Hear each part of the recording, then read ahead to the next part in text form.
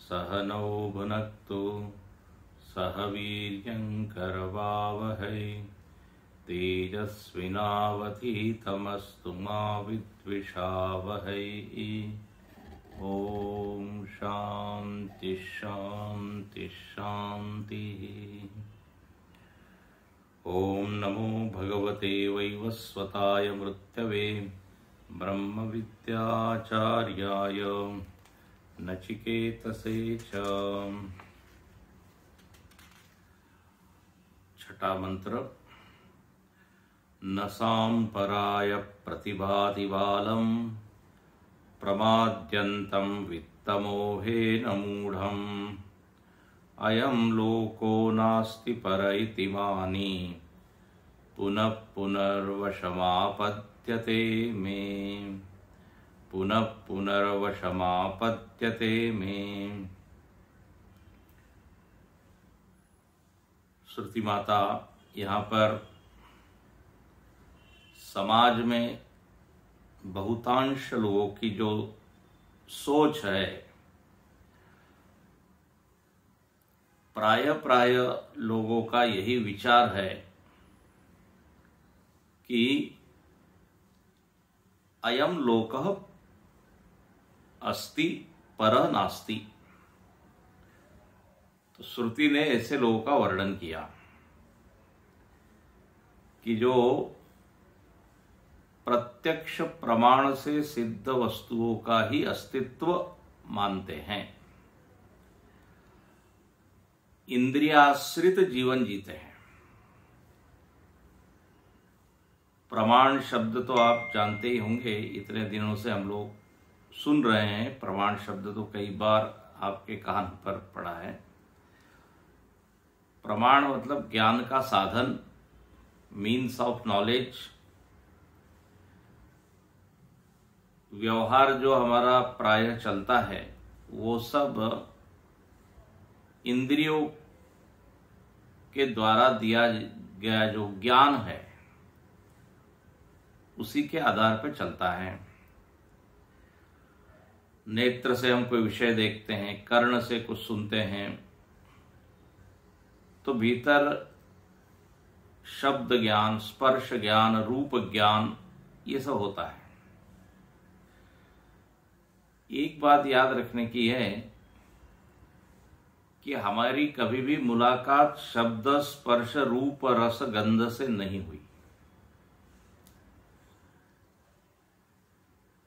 शब्द को हमने नहीं छुआ, शब्द ज्ञान को जरूर छुआ है।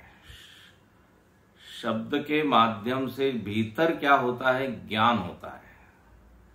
स्पर्श करने से भीतर क्या होता है, ज्ञान होता है कि ये वस्तु कठोर है, मुलायम है।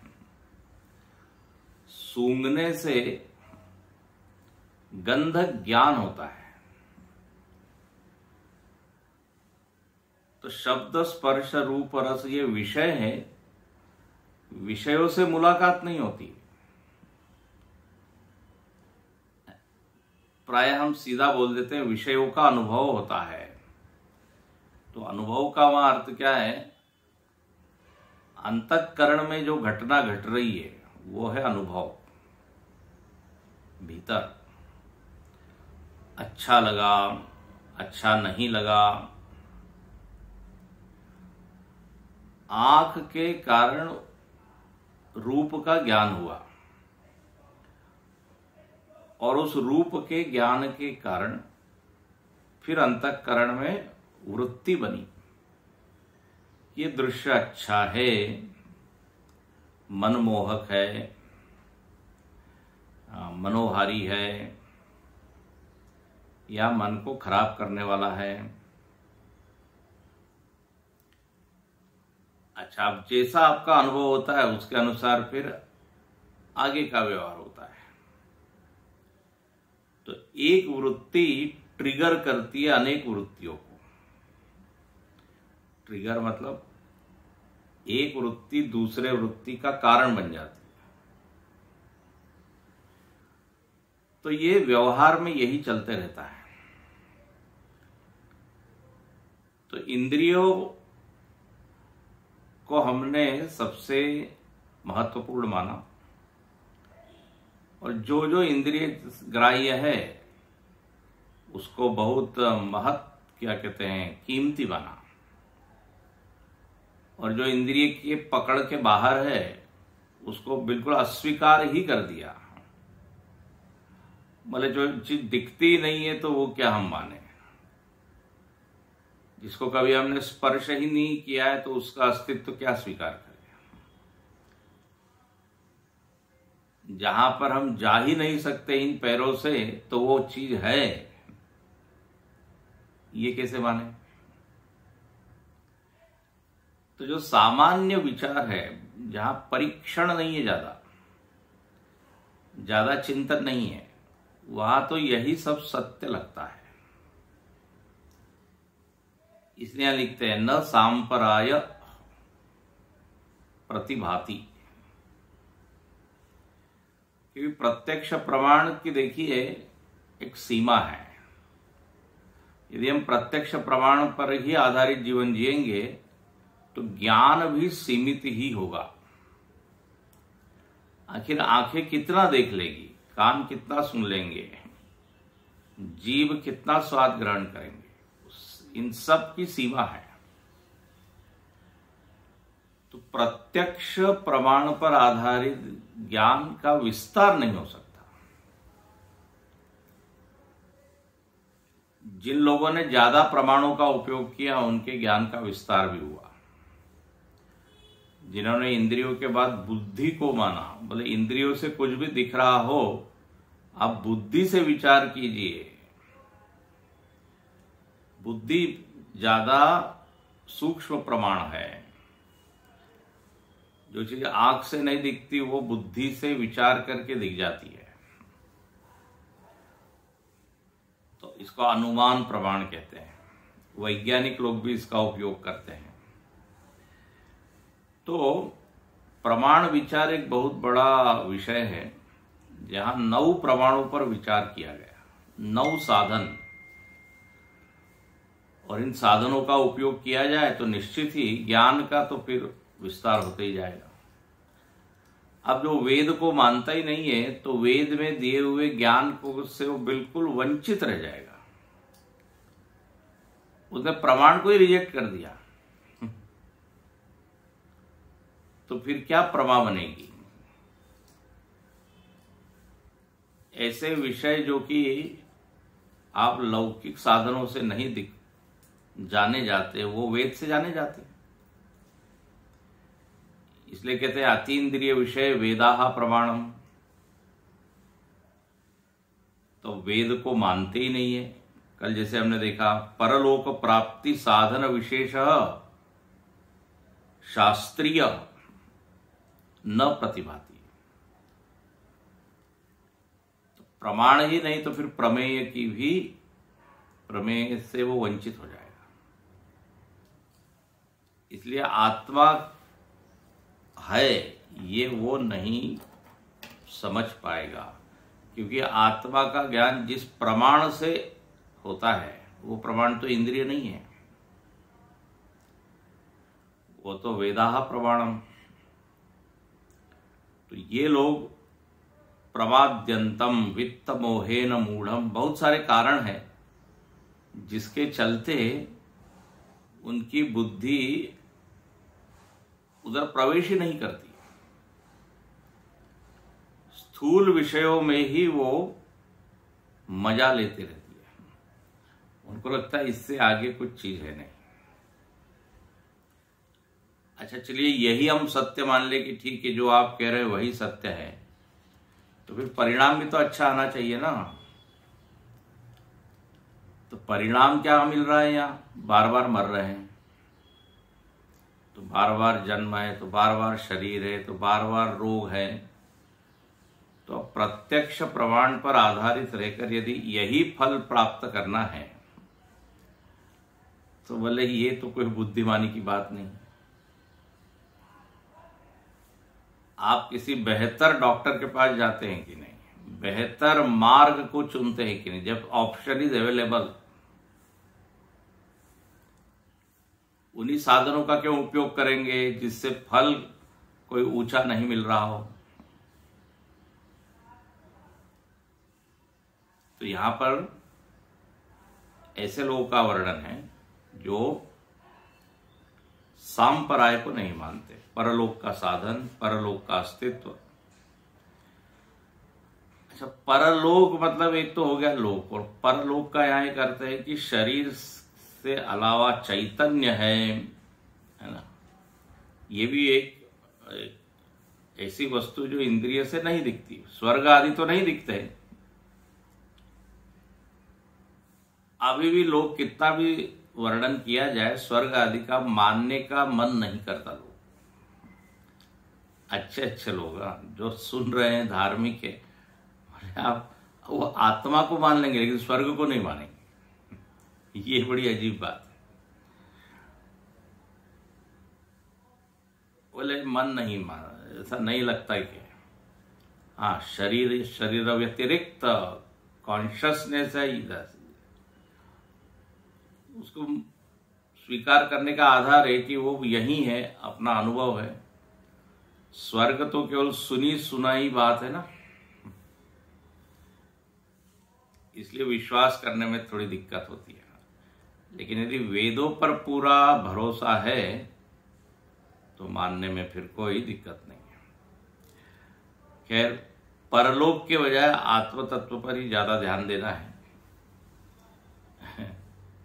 वो भी स्वीकार कर ले तो फिर प्रगति हो सकती है। उसी को आध्यात्मिक साधक कहते हैं। अब यहां पे कहते हैं कि ये जो आत्म वस्तु है, इसको यदि कोई सुन रहा है तो समझ लीजिए बहुत बड़े भाग्य की बात है, क्योंकि ये बातें सुनने को मिलती नहीं। ये तत्व ज्ञान, ब्रह्म ज्ञान, देखिए ये बहुत ही अच्छा मंत्र है। श्रवणायापि बहुभिर्यो न लभ्यः शृण्वन्तोऽपि बहवोऽयं न विद्युः आश्चर्यो वक्ता कुशलोऽस्य लब्धा आश्चर्यो ज्ञाता कुशलानुशिष्टः श्रवणायापि बहुभिर्यो न लभ्यः शृण्वन्तोऽपि बहवोऽयं न विद्युः आश्चर्यो वक्ता कुशलोऽस्य लब्धा आश्चर्यो ज्ञाता कुशलानुशिष्टः। कहते हैं श्रवणायापि, सुनने को भी, सुनने को भी नहीं मिलता। बहुभी, अनेक लोगों को यह अवसर नहीं मिल पाता। अनेक लोगों के कान में ये आत्मा, तत्व, ब्रह्म, ये जो विषय है ये आते ही नहीं। कभी सुनने का ऐसा कोई योग ही नहीं बनता। अच्छा यार, इतने बहु भी, दो चार लोगों ने, बहुत सारे लोगों को, मतलब ये जो उपनिषद प्रमाण है, इस प्रमाण का व्यापार, प्रमाण का व्यापार मतलब प्रमाता तक वो प्रमाण का जाना, उसको कहते हैं प्रमाण व्यापार। जैसे अभी आप सुन रहे हैं तो इसको क्या बोलेंगे? प्रमाण व्यापार हो रहा है। उस उपनिषद में दिए हुए ज्ञान को हम लोग सुन रहे हैं, तो उपनिषद प्रमाण है, हम प्रमाता है। तो ये ऐसा योग कम आता है कि कोई उपनिषद या ब्रह्म ज्ञान हमको सुनाए। बहुभिर्यो न लभ्य। ओहो, और मतलब ये वेदांत की परंपरा में प्रवेश मिल जाए, ये जरा कम होता है। फिर यहां लिखते हैं शृण्वन्तोऽपि बहवो यं न विद्युः। किन्हीं लोगों को सुनने का मौका मिलता है। अब ये दूसरा वाक्य है, शृण्वन्तोऽपि, सुनने को मिल जाता है उनको। अब देखो ये सुनने को क्यों मिलता है, इसका क्या कारण है? तो अब इसके भी बहुत सारे कारण बताए। कोई कहता है कि पुण्य के कारण ये संयोग बना, पुण्य पुंज बिनु मिलहि न संता। आपके अकाउंट में पुण्य की कमाई है, तो वो पुण्य जो है वो सत्संग में आपको लाके बैठा देता है। ये बड़ी अच्छी बात है हम लोगों के लिए, अभिनंदन करने वाली ये बात है। वाह, अपने पुण्य देखो, इसलिए ये सुनने को मिल रहा है। कोई भक्ति की दृष्टि से कहता है, बोले भगवान की कृपा हो तब ये योग आता है। अब मोहि भा भरोसा हनुमंता, बिनु हरि कृपा मिलहि नहीं संता। बिनु सतसंग विवेक न होई, राम कृपा बिनु सुलभ न सोई। तो कृपा, पुण्य, प्रारब्ध, अब इसकी मीमांसा आप करते रहिए। बहुत सारे कारण। कोई हमारा मित्र है, वो जबरदस्ती हमको लेके आ गया, पकड़ के बिठा दिया उसने, तो अब क्या कारण है ये मालूम नहीं, लेकिन यहां लिखते हैं कि सुनने का उसको अवसर मिल गया। अनधिकारी को भी मिल जाता है। ये बड़ा रहस्य है। अधिकारी नहीं, फिर भी ऐसा कुछ योग बन गया कि वो उस प्रवचन में पहुंच गया, श्रवण में पहुंच गया, भटकते भटकते बोले जरा देखें क्या चल रहा है, इतने हजारों लोग बैठे हैं। तो अब ऐसे व्यक्ति का क्या होगा? तो यहां लिखते हैं, शृण्वन्तोऽपि बहवो यं न विद्युः। सुनने पर भी उसको ज्ञान नहीं होगा, ये बात पक्की। कैसे पहुंचा ये मालूम नहीं, लेकिन यदि वो अनधिकारी है तो ज्ञान नहीं होगा। उसको केवल यही ज्ञान होगा कि कोई तो भी एक व्यक्ति बैठे हैं और वो कुछ तो भी बोल रहे हैं। क्या बोल रहे हैं उसको वो ग्रहण नहीं हो पाएगा। अच्छा, श्रवण कर रहा है वो, कहते शृण्वन्तोऽपि न विद्युः, नहीं वो क्या जान पाते हैं।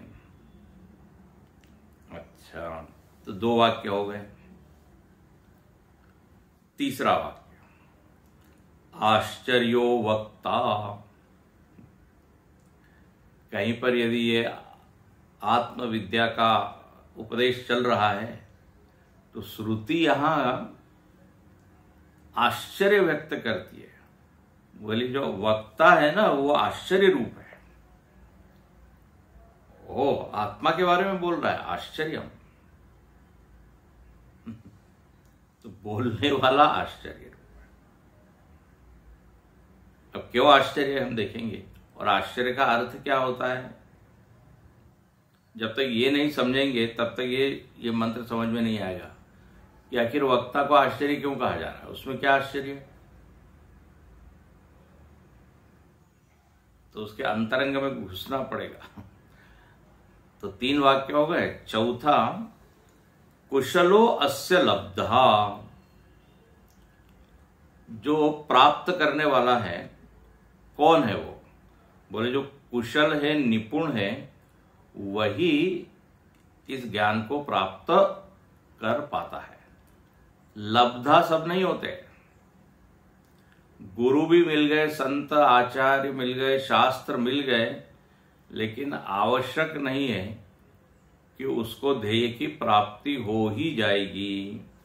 यदि कुशल होगा, निपुण होगा, यह अधिकार का यहां संकेत किया है। यदि अधिकारी होगा तो लब्धा। कुशलोस्य लब्धा। चौथी बात हुई। पांचवी बात, आश्चर्यो ज्ञाता। जो लब्धा है, जिसकी अभी भी बात की, वो जब इसको प्राप्त कर लेगा, आत्म साक्षात्कार हो जाएगा, ब्रह्मात्मैक्य बोध हो जाएगा, जीव ब्रह्म की एकता का ज्ञान उसको हो गया, दृढ़ हो गया, बोले आश्चर्य, आश्चर्य हो गया था। तो वक्ता भी आश्चर्य और ज्ञाता भी, गुरु और शिष्य दोनों आश्चर्य। और आखिरी वाक्य क्या है? कुशलानुशिष्ट। बोले ये शिष्य को ज्ञान कैसे हो गया, सबको क्यों नहीं हुआ? तो बोले एक तो पहले उसका अधिकार है, उसने अपने आप को सवारा, सजाया, जो भी शर्तें थी वो सब उसने पूर्ण की। एक तो ये कारण, अपनी ओर से वो बिल्कुल तैयार था, इसलिए ज्ञान हुआ। और दूसरा यहां कारण लिखते हैं, कुशलानुशिष्ट, कुशलेन अनुशिष्ट। जो वक्ता था ना, वो भी बड़ा कुशल था। कुशल वक्ता मतलब कौन? जो उस ज्ञान को शिष्य के हृदय में प्रत्यायित करने में सफल हो जाए।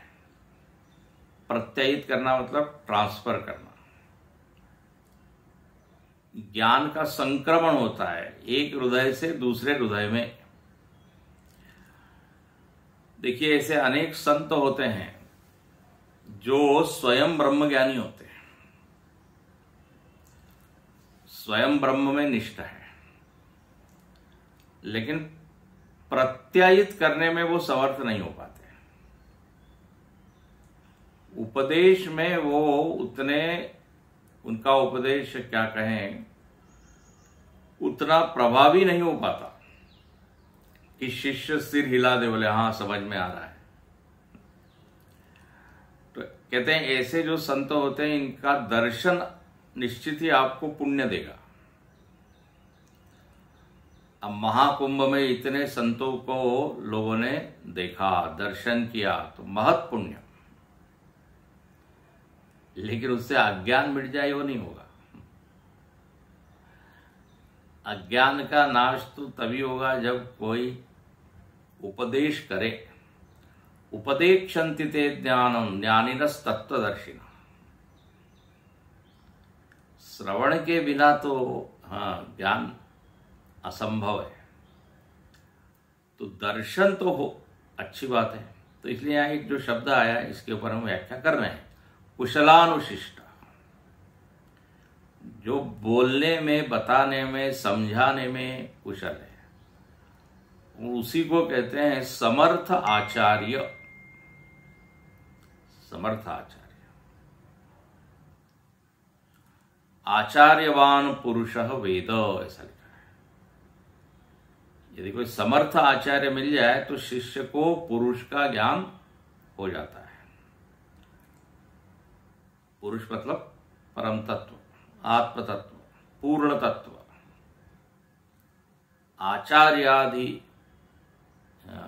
आचार्य के द्वारा दी हुई विद्या ही साधिष्टम प्राप्त, ऐसा। तो कुशलानुशिष्ट। तो इस तरह 6 बातें यहां पे हुई। तो पहला प्रारंभ ये किया है कि जो है ना, श्रवणायापि बहुभिर यो न लभ्य। बहुत कम लोग इन सब बातों को सुन पाते हैं। आप देखिए ना, बोले ये सब क्या आप बता रहे हैं, ये तो कभी हमने सुना नहीं। अच्छा, रामायण सुनना एक अलग बात है, भागवत सुनना अलग बात है, भजन कीर्तन सुनना अलग बात है। लेकिन यहां पर जिसकी बात की गई, ये वेदांत प्रमाण की बात की जा रही है। हाँ, ये जरा यहां, क्योंकि ज्ञान किसका हो रहा है? आत्मा का ज्ञान हो रहा है। तो आत्मा का ज्ञान किससे होगा? जब आत्मा के बारे में सुनेगा। राम जी के बारे में सुनेंगे तो राम जी का ज्ञान होगा, कृष्ण भगवान का ज्ञान सुनेंगे तो कृष्ण का ज्ञान होगा। तो यहां पर भाष्यकार देखिए क्या कहते हैं कि श्रवणायापि बहुवीर योन लभ्य, इसके ऊपर कहते हैं कि यह तो श्रेय अर्थी, जो श्रेयार्थी है, श्रेयार्थी मतलब आप जानते हैं जो अब जिसने लक्ष्य जो है वो प्रिय नहीं बनाया है, जगत या दुनिया या सांसारिक वस्तु ये नहीं है, जिसके दृष्टि में लक्ष्य को लेकर अब कोई भ्रम नहीं है, श्रेयार्थी। वो अन्य चीजों को त्यागने में बिल्कुल समर्थ है, उसको अब कोई उसमें संकोच नहीं है। बोले हम समझ गए हैं कि जीवन में क्या पाना है। तो अब ऐसे बहुत सारे लोग हैं, इसलिए लिखते हैं सहस्रेषु, श्रेय अर्थी सहस्रेषु कश्चिद एव आत्मविद भवति। हजारों श्रेयार्थियों में आवश्यक नहीं सभी को लक्ष्य की प्राप्ति हो जाए, कश्चिद एव आत्मविद भवति। बहुत कम लोग आत्मविद हो पाते हैं। और आप देखिए अगला शब्द कितना अच्छा है, कश्चिदेव आत्मविद भवति त्वद्विधो। तद्विध का अर्थ है तुम्हारे जैसे। यमराज सीधे सीधे नचिकेता को कह रहे हैं कि तुम्हारे जैसे आत्मज्ञानी लोग बहुत कम होते हैं। अब नचिकेता को अभी तो आत्मज्ञान दिया ही नहीं है। यमराज अभी से ही कह रहे हैं कि तुम्हारे जैसे आत्मविद हजारों में कोई एक होते हैं। नचिकेता को लग रहा होगा अरे अभी तो हमने श्रवण ही नहीं किया है, अभी से कैसे आप आत्मविद बोल रहे हैं। तो देखिए ये यमराज जी की दूरदृष्टि हो, तो जानते ही है कि अब इसको तो ज्ञान होना ही है। इसको संस्कृत की भाषा में क्या बोलते हैं, भविष्यत वृत्ति से बोल दिया उन्होंने। भविष्यत वृत्ति मतलब 2-4 दिन की बात है। कोई कॉलेज में पढ़ रहा है, उसको डॉक्टर आप बोल रहे हैं, आखिरी वर्ष में है वो MBBS के, तभी से बोल रहे हैं डॉक्टर। अभी बना नहीं है, लेकिन बस अब ब्रह्मचारी लोग ज्वाइन करते हैं वेदांत कोर्स, पहले दिन से ही लोग उनको स्वामी जी बोलने लगते हैं। सामान्य व्यक्ति तो स्वामी जी, जबकि अभी उसने वेदांत का क भी नहीं पढ़ा है। लेकिन अब चूंकि प्रवेश वो कर गया है और ऐसी अपेक्षा है कि वो कोर्स पूरा करेगा, उसको संन्यास दीक्षा मिलेगी, तो स्वामी। ऐसे ही यहां गुरुदेव का उदाहरण कई बार आपको दिया है। चाय बन रही है, अब उसने अंदर जाके देखा तो पानी उबल रहा था, चाय कहां बन रही है। बोले बस आप 2 मिनट बैठिए, कन्वर्ट हो जाएगा, पानी किस में बदल जाएगा, चाय में। तो त्वद्विध, तुम्हारे जैसे आत्मज्ञानी लोग कम होते हैं। और बोले ऐसे कम क्यों होते हैं?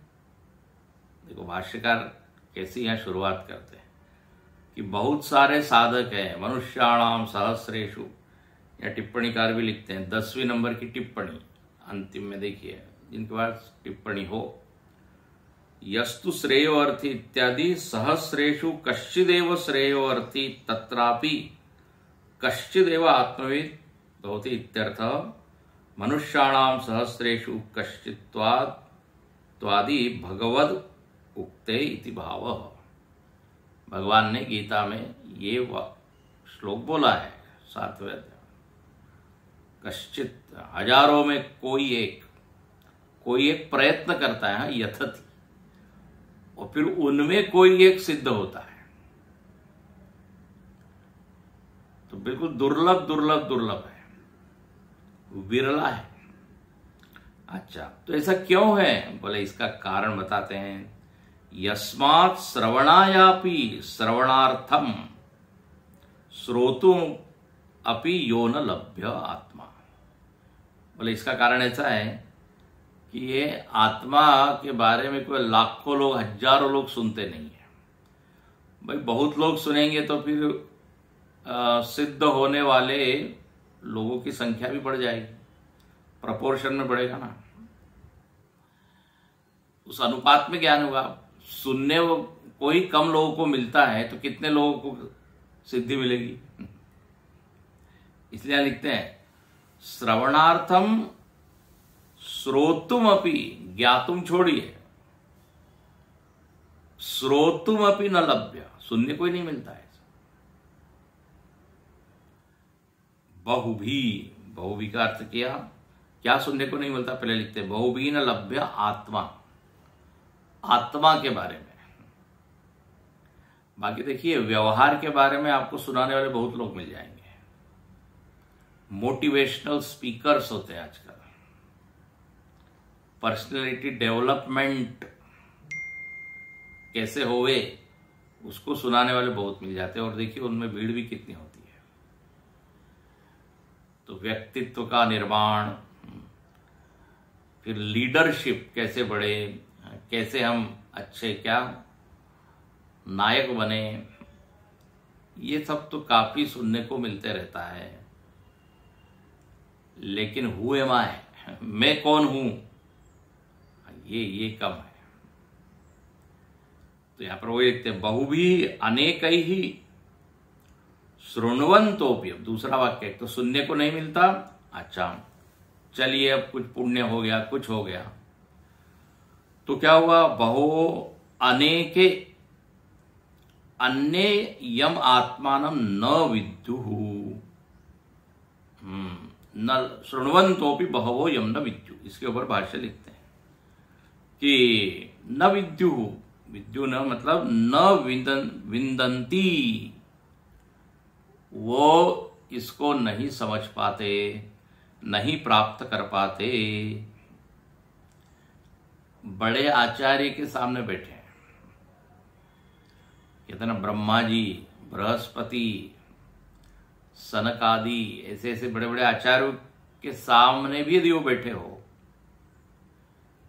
भाग्य से उनको ये मिल जाए, आचार्य श्रेष्ठ कोटि के, लेकिन न विद्यु।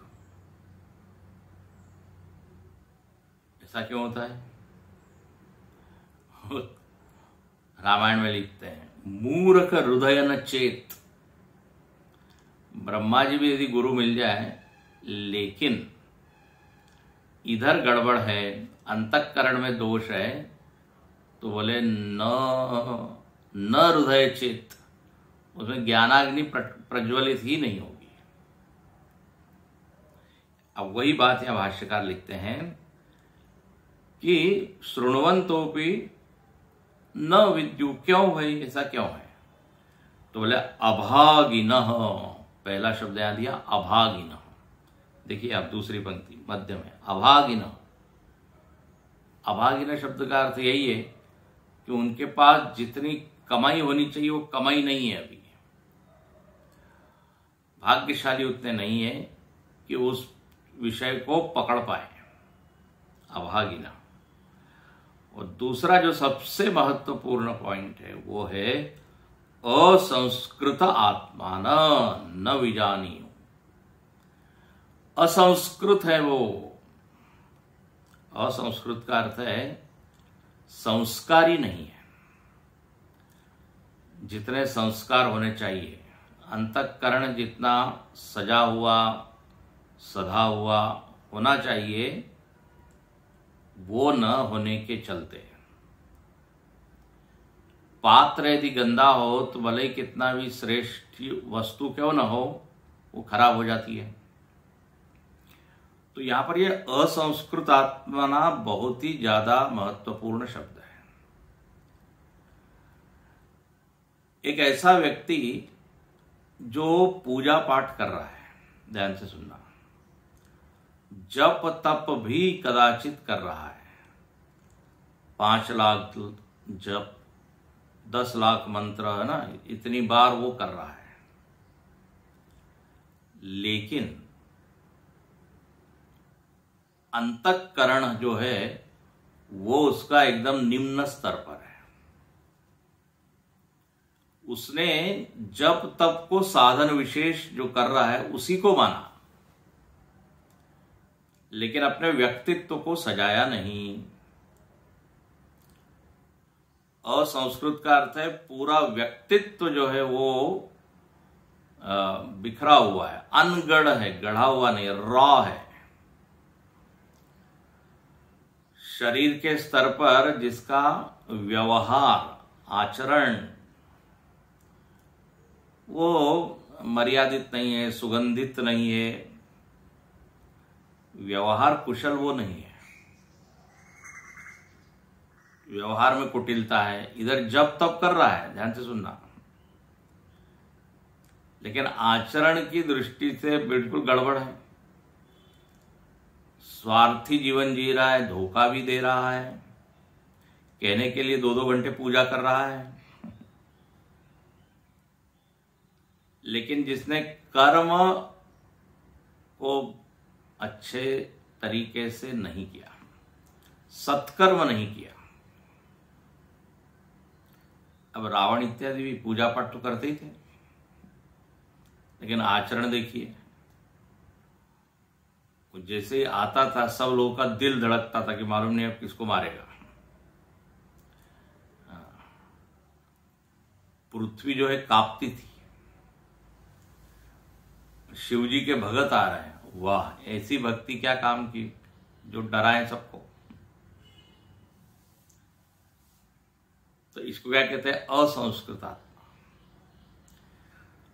भाव के स्तर पर भाव सौंदर्य नहीं है, भाव में सुगंध होनी चाहिए, माधुर्य होना चाहिए, आकर्षण होना चाहिए, वो नहीं है। कटीली, जैसे कटीली झाड़ियां हो तो बोले ऐसा उसकी वाणी है, ऐसे उसके भाव है। लोग फिर ऐसे लोगों से डरते हैं, मालूम नहीं कब क्या बोल दे। तो यह बिल्कुल विकृत, क्या हो गया? विकृत मन हो गया। शरीर के धरातल पर सत्कर्म हो और भाव के स्तर पर सद्भाव, सद्गुण, व्यवहार इतना मीठा हो कि लोगों को मिलने की इच्छा हो, बोलने की इच्छा हो। यदि कोई समस्या हो तो जरूर उनके पास जाएगा, बोले हमको अपेक्षा है, आशा है आपसे मिलकर वो समस्या का निदान होगा। देखो इतना वो व्यक्ति विश्वसनीय हो जाता है।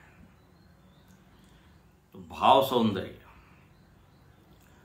और बुद्धि में तेजस्विता हो, ओजस्विता हो, बुद्धि तलस्पर्शी हो।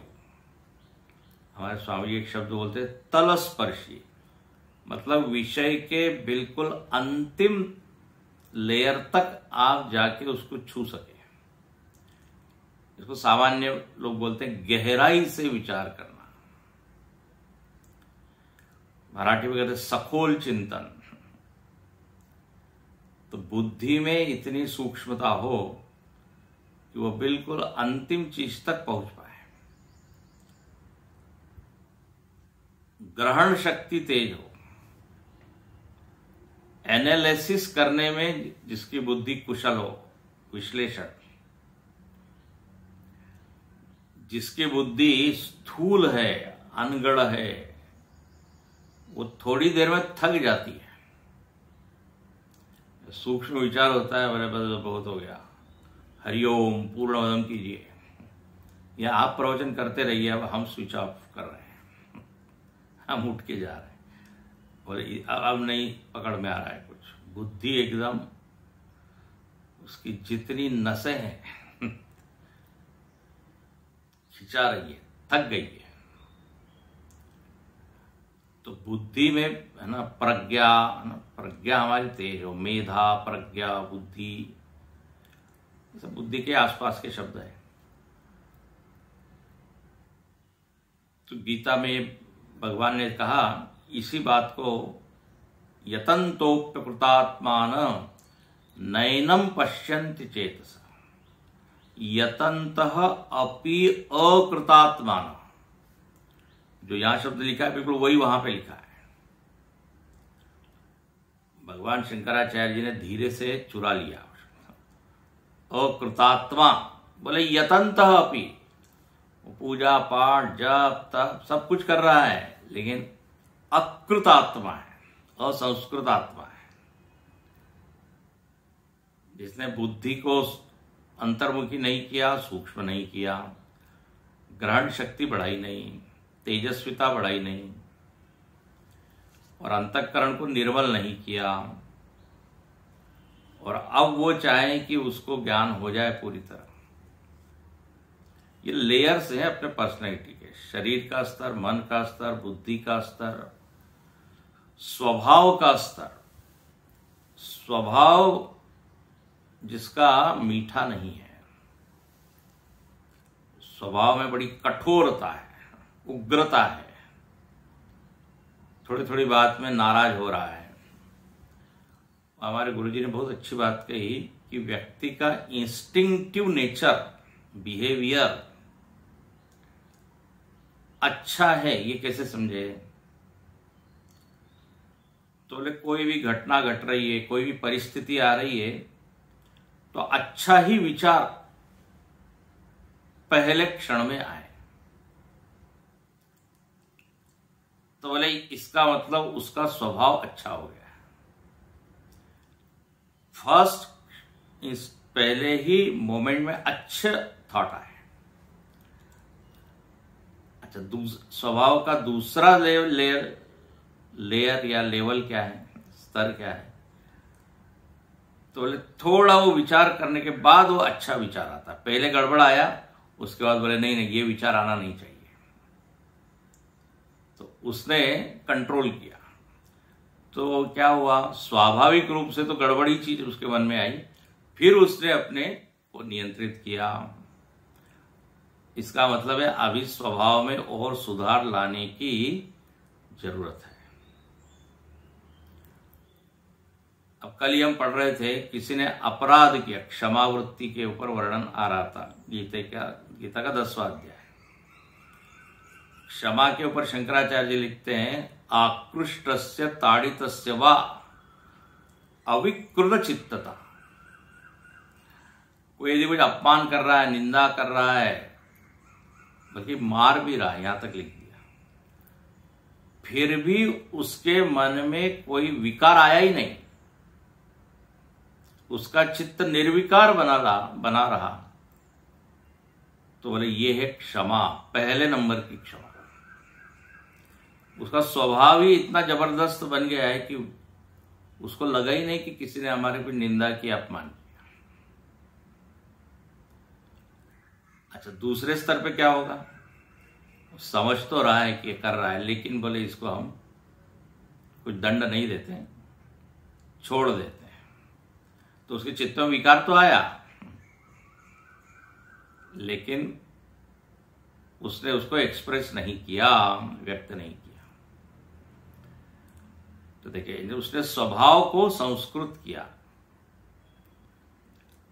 तो ये संस्कृत आत्मा में ये है कि अपना जो भीतर के जितने संस्कार हैं वो इतने बढ़िया रहे कि विकृति ना आए। फिर दूसरा लेवल क्या आ जाए तो फिर अभिव्यक्ति के स्तर पे उसको नियंत्रित करें। और एक होता है त्रिगुणों का स्तर। देखो, व्यक्तित्व की बहुत परतें हैं ना, तो सबसे अंतरंग में त्रिगुण, वो सबसे भीतर है। त्रिगुणानुसार संस्कार वासना है, फिर उसके अनुसार मन में भावनाएं हैं, बुद्धि में विचार है, शरीर में कर्म है। तो भगवान कृष्ण गीता में कहते हैं आपको त्रिगुणों के स्तर पे भी काम करना है। क्या करना है? तो बोले नित्य सत्वस्थ भव। क्या हो जाओ? बोले नित्य सत्व में रहने का प्रयत्न। अब नित्य सत्व यदि हम रहेंगे तो फिर सोएंगे कैसे, काम कैसे करेंगे? क्योंकि सत्व में न तो क्रिया होती है, न प्रमाद होता है, न आलस्य होता है।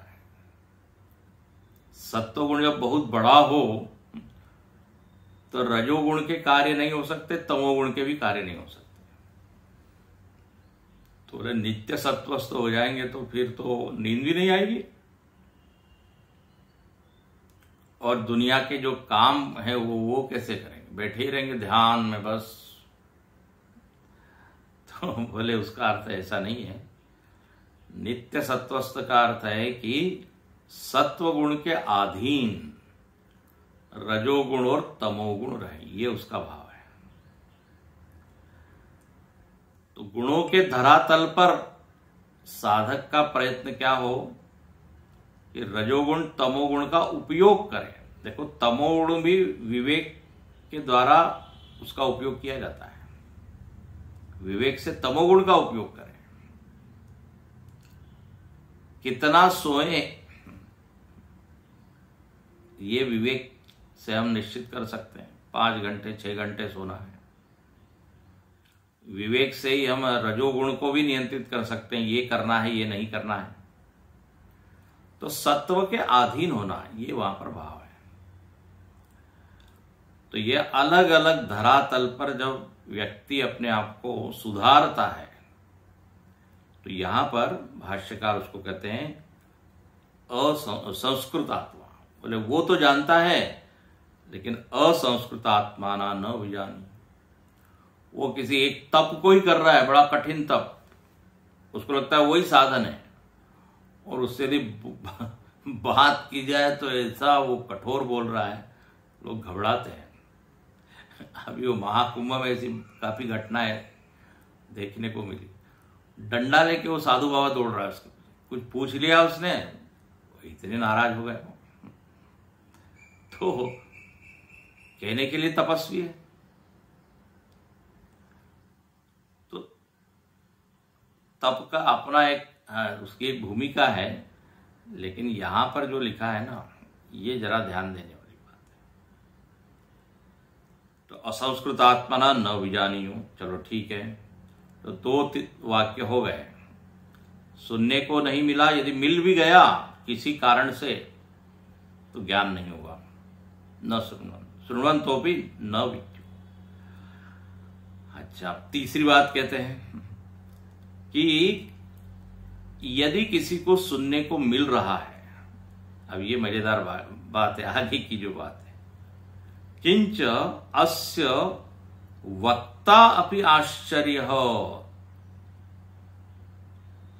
बोले आत्मा के बारे में जो बोल रहा है ना व्यक्ति, वो आश्चर्य है। आश्चर्य का अर्थ क्या है? क्या अद्भुतवत। जैसे आप दुनिया में आश्चर्य देखते हैं, उसको अरे ये अद्भुत है, ये कैसे हो गया?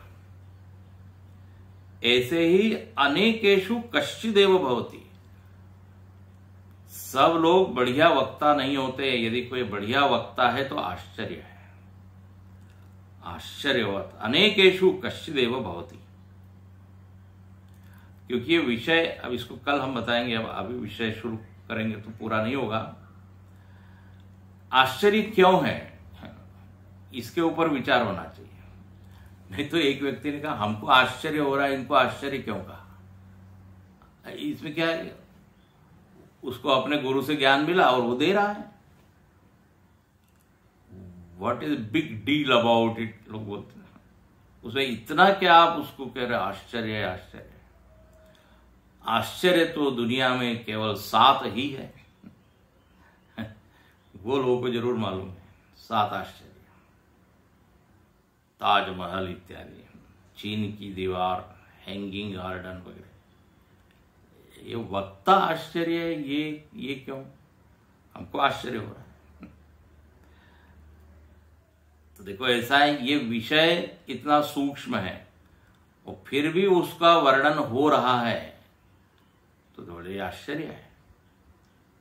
वस्तु दिख नहीं रही है, फिर भी वो बड़े कॉन्फिडेंस से, बड़े विश्वास से वो समझा रहा है। आश्चर्य किसको कहते हैं? देखिए, जो तर्क की कसौटी पर कसा न जाए। कल इसकी चर्चा अच्छे से करेंगे। तर्क की कसौटी पर, तर्क से, बुद्धि से, विचार से समझ में नहीं आ रहा है कि ये कैसे हो गया, लेकिन हो रहा है। घटना घट रही है, घटना घट गई है, लेकिन विचार करने पर कोई सही कारण व्यक्ति को नहीं मिलता, तभी कहते हैं आश्चर्य है। ऐसा होता है, पहले आपको कारण नहीं मालूम था तो आश्चर्य होता था, लेकिन लोग क्या बोलते हैं? बोले अब हमको आश्चर्य, हमको मालूम हो गया है। अब जादू जो है, जादू का आप कोई कार्यक्रम देखने जाए तो जादूगर अलग अलग जादू बताता है, माया जाल उसका होता है। तो बस आश्चर्य ही होते रहता है, ये कैसे हो गया? डिब्बे में से कबूतर कैसे निकल आया और एक पेड़ कैसे निकल आया? केवल उसने लकड़ी घुमाई। आश्चर्य सब होते रहता है। लेकिन उन्हीं देखने वालों में से एक ने उस जादूगर की शरण ली और उसने कहा हमको भी ये सिखाइए। अच्छा, जब उसने वो सीख लिया तो आप कुछ आश्चर्य बचा? जब तक उसको कारण मालूम नहीं था तब तक लग रहा था ये कैसे हो सकता है। तो आश्चर्य किसको कहते हैं ये हम बता रहे हैं। तर्क से सिद्ध न हो सके।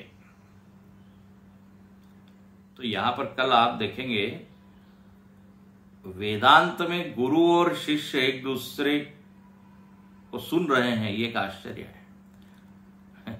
इसकी संगति बैठती नहीं वास्तव में। तो वो क्यों नहीं बैठती? क्योंकि जो तत्व है ना, उस तत्व का स्वरूप ही कुछ इस तरह से है कि उसके बारे में बोलना मतलब एक कैसे बोला जा सकता है।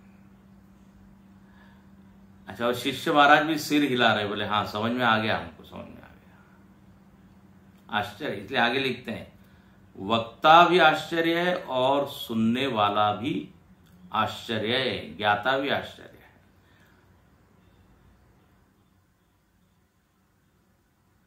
और गुरु जी इसमें एक तीसरा जोड़ देते हैं, हालांकि वो यहां लिखा नहीं है। बहुत सुनाने के बाद भी किसी को ज्ञान ही नहीं होता कुछ भी, बोले ये भी एक आश्चर्य है। 20 साल से सुन रहे लेकिन कुछ समझ में नहीं आ रहा है, आश्चर्य। ये अलग टाइप का आश्चर्य, उसकी यहां बात नहीं की गई।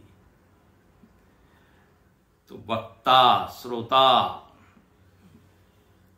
दोनों को कैसे ये ज्ञान हो गया है,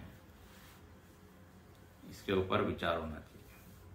अच्छा, यही बात गीता में भगवान ने बोली, यहीं से ले ली है। गीता में भी लगभग ऐसा ही श्लोक आता है। तो आज यहां रुकते हैं। ओम पूर्णमदः पूर्णमिदं